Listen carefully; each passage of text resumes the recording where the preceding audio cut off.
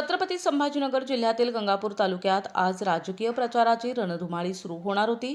मात्र उपमुख्यमंत्री अजित पवार यांच्या विमानाला बारामती येथे लँडिंग दरम्यान झालेल्या भीषण अपघाताची धक्कादायक बातमी समोर आल्यानंतर शेंदूरवाडा जिल्हा परिषद गटाचे उमेदवार विक्रम राऊत यांनी आपली नियोजित प्रचार शुभारंभ स्थगित केला आहे. या घटनेमुळे संपूर्ण परिसरात सध्या शांतता आणि शोकमय वातावरण पसरले आहे. गंगापूर तालुक्यातील राष्ट्रवादी काँग्रेस पार्टीचे उमेदवार विक्रम राऊत यांच्या प्रचाराचा श्री गणेशा आज मोठ्या उत्साहात होणार होता.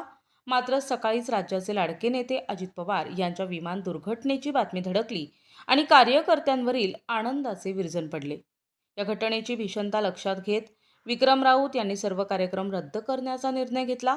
यावेळी केवळ जिल्हा परिषद उमेदवारच नव्हे तर गुरु धानोरा पंचायत समिती गणाच्या उमेदवार नंदाबाई वसंतराव कर्डिले आणि शेंदूरवादा पंचायत समिती गणाचे उमेदवार विष्णू बोर्डे यांनी आपले सर्व प्रचार दौरे थांबवले आहेत. अजित पवार यांच्या निधनाच्या वृत्ताने कार्यकर्त्यांमध्ये प्रचंड अस्वस्थता असून सर्वांनी एकत्र येत या घटनेबद्दल तीव्र शोक व्यक्त केला आहे. गंगापूर तालुक्यातील राजकीय वातावरण सध्या पूर्णपणे थंडावले असून सर्वांचे लक्ष बारामतीमधील घडामोडींकडे लागले आहे.